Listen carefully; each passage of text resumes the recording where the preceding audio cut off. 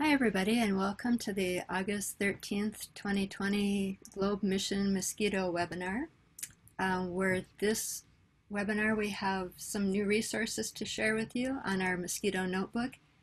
And then also as exciting is what happens when you meet up and do science. Some exceptionally phenomenal projects by students will be shared with you.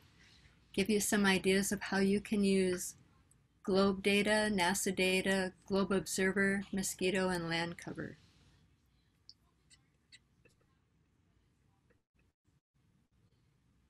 Um, General announcements, just to let you know, our next webinar will actually be on September 17th, and we have kind of a SciAct Palooza where we'll be sharing lots of different projects and how you can get involved. We have urban heat islands, we have aerosols, we have the 4 Globe Observer, clouds, mosquitoes, land cover, and trees. We also have urban heat island, frost tubes, and using my NASA data. Rusty, did I forget any? Sounds good. I got everything? I think so. Okay. All right, Dorian, I'm not sure if you're able to, if you've got your new computer running or not. I think she might be on phone. Yeah, I'm on the phone. If and I'm driving, so if I could get you to do it, that would be marvelous. Sorry about that. That's fine. I'm sorry, I couldn't tell by your video picture. Dorian put together our mosquito observations from May 29th of 2017 when we started through August 10th of 2020, and we've had a total of 28,698 observations. And during just the month of July, 916. Those don't count our citizen science observations. Those would just be members of the Globe community. Is that right, Dorian? No, actually, that one does count them. The only one that doesn't count them is when I'm looking at the top data submitters, and that I didn't include in this. So no, in this case, we're looking at citizen scientists as well. And I think what's especially exciting is look at all the larvae that were identified just in the month of July. That is impressive, yes. All right.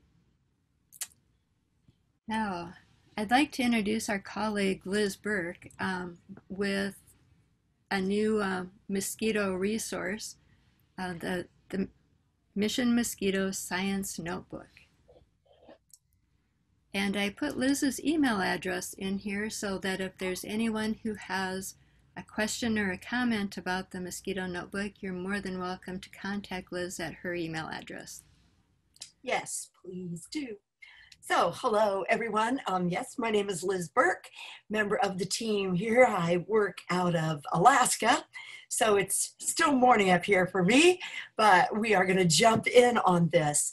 I actually think at this point I am going to turn off my video only to ensure maybe a smooth few minutes here. So if you'll bear with me, I will be talking to you, but I will join you back then when I'm done. I just want to make sure this all comes through perfectly well for you. So give me 1 second here and we'll start. So Cassie, if you want to go ahead, we'll jump on that first one. So this actually may look a little bit familiar to you.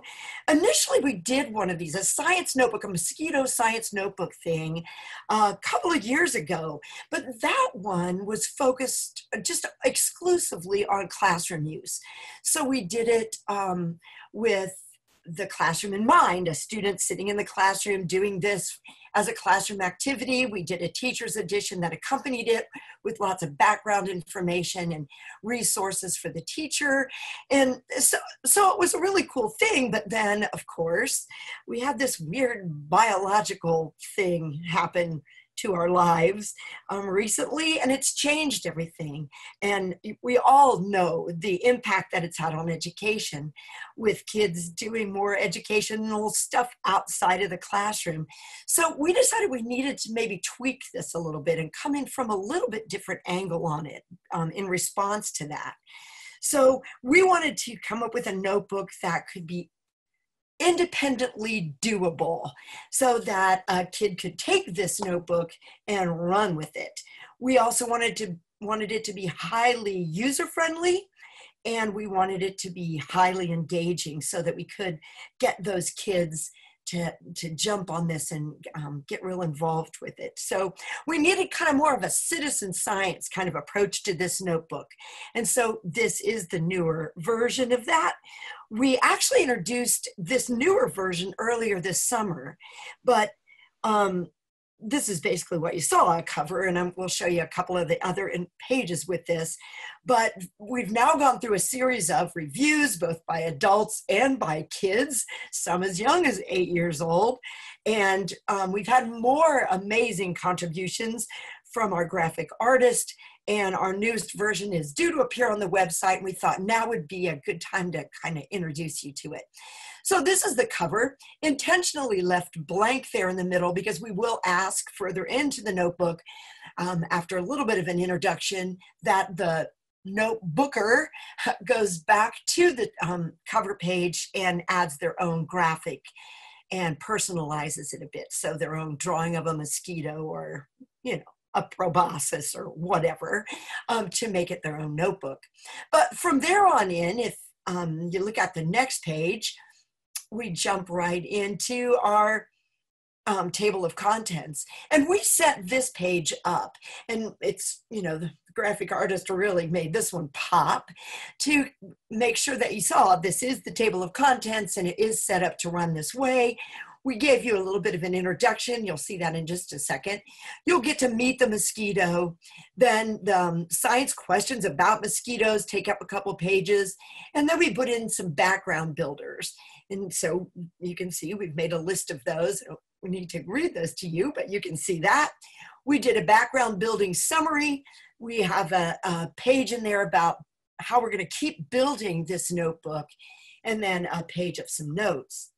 On the next page, you'll see this was also by intent, pardon me, that we inserted a page here that is part of the table of contents, but it is entirely blank.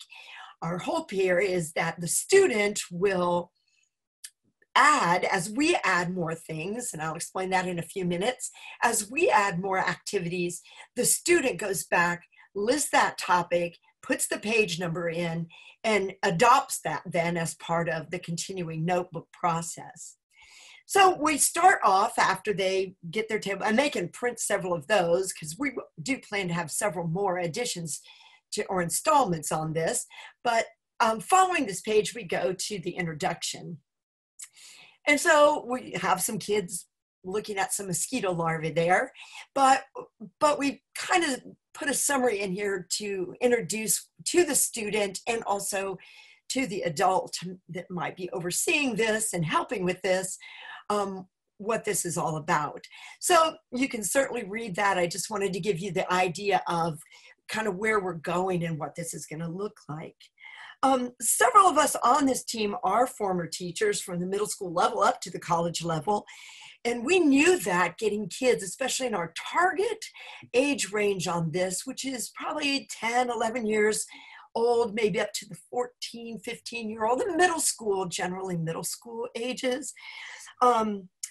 We knew that it's gonna take some, what do I want to say here?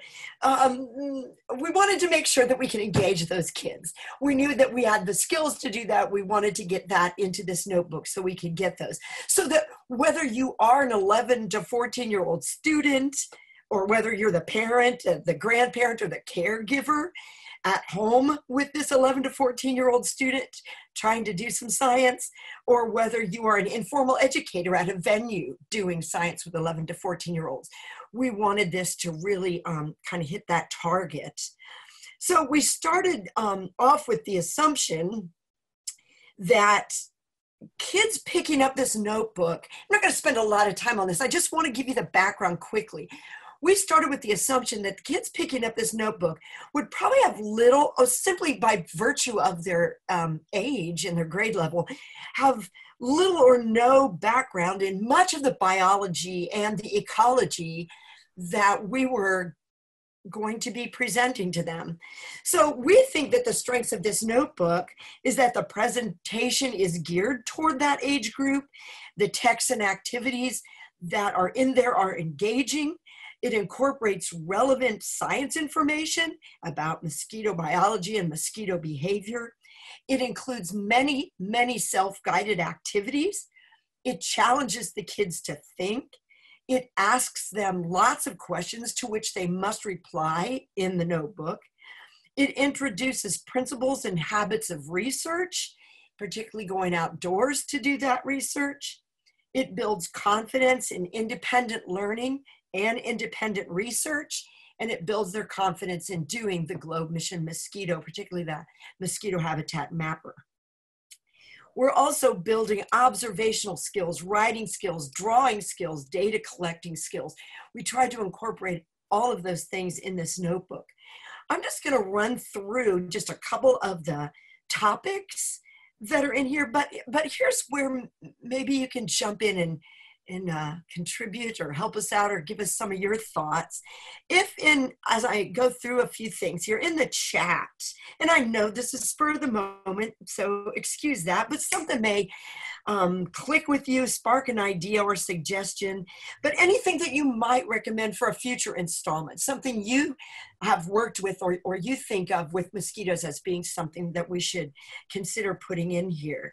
Any research activities or that kind of thing. Also, how you feel maybe about a notebook, the value of a notebook, or what you've seen in using notebooks. Those would be interesting to all of us. If you would take a minute, we would appreciate that. Just by wrapping this up here, though, here's what we have coming in the next few months. We're going to be doing more activities, putting these out periodically. And our next one is going to actually be a habitat audit. We're going to ask the kids, under circumstances in which they are able to go out in their local environment. Safety is a big issue to us.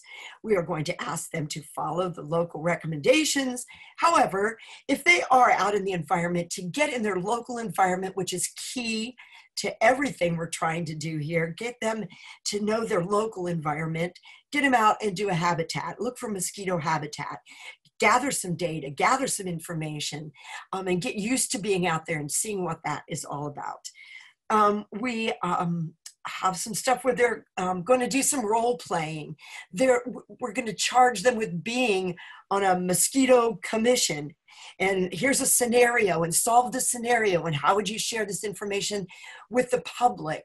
You know, now that you know some things about mosquitoes, interpret what's going on here for us and for others in your community. We're going to look deeper into some of the biology. We're going to look deeper into the proboscis, and we're going to impress upon it how amazing biologically this mouth part is, to get them to engage and to appreciate some things about mosquitoes. We're going to develop their observational skills. We're going to develop some more things about journal writing, starting with a quote from Meriwether Lewis from one of their camps along the Missouri during the Lewis and Clark expedition, of how impactful mosquitoes were on the lives of those people doing that. We are going to get into the mosquito habitat mapper then, doing some things about building a trap and coming up with questions, investigating those questions, analyzing that data. Just like the kids, those students that are now going to talk to you about how they did that, how they became engaged and investigated and analyzed things related to mosquitoes. You are going to be totally amazed and impressed with the stuff that they've done.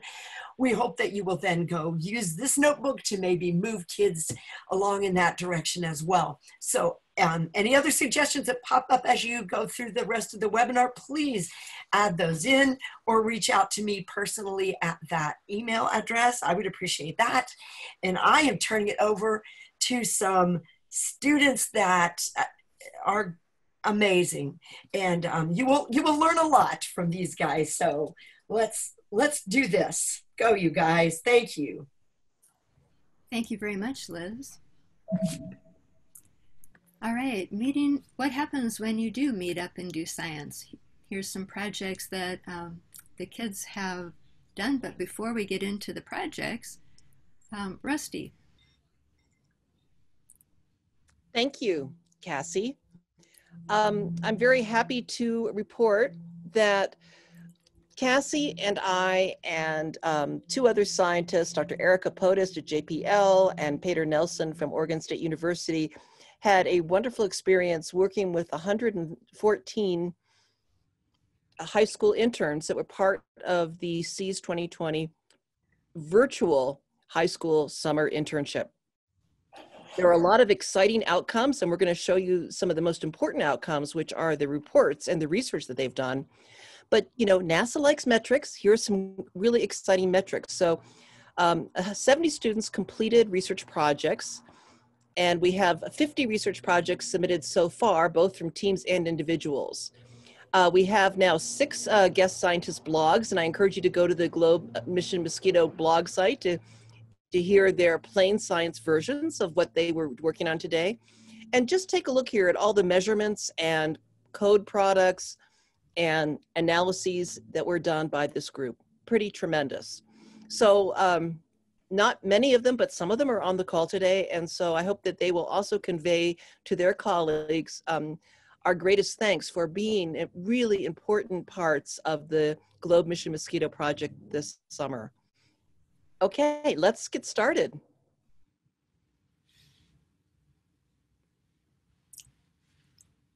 I have just a real brief YouTube video to share from one of our interns, Haley from Texas. And then I'll play that and make sure you can all hear it well. That makes me happy. I don't like mosquitoes. I've never been a huge fan. Killed it. I killed it. Science is all about working towards the common good, right? It's still alive. What? You're always working to better life or academics somehow, and I really think that that's the interesting part about it is you're always putting yourself out there in order to try and inspire someone else to do something better than your project or to better your environment. We got these cool little microscope things that attach to our cell phones. So this is how we were able to kind of identify and keep up with the mosquito breeds and if we were actually getting mosquitoes. We have a rooted plant, another rooted plant. Knowing that I could have an impact on that is pretty amazing. This was also an algae that decomposed, and this one had already decomposing matter that I collected from the bottom of the river. All right.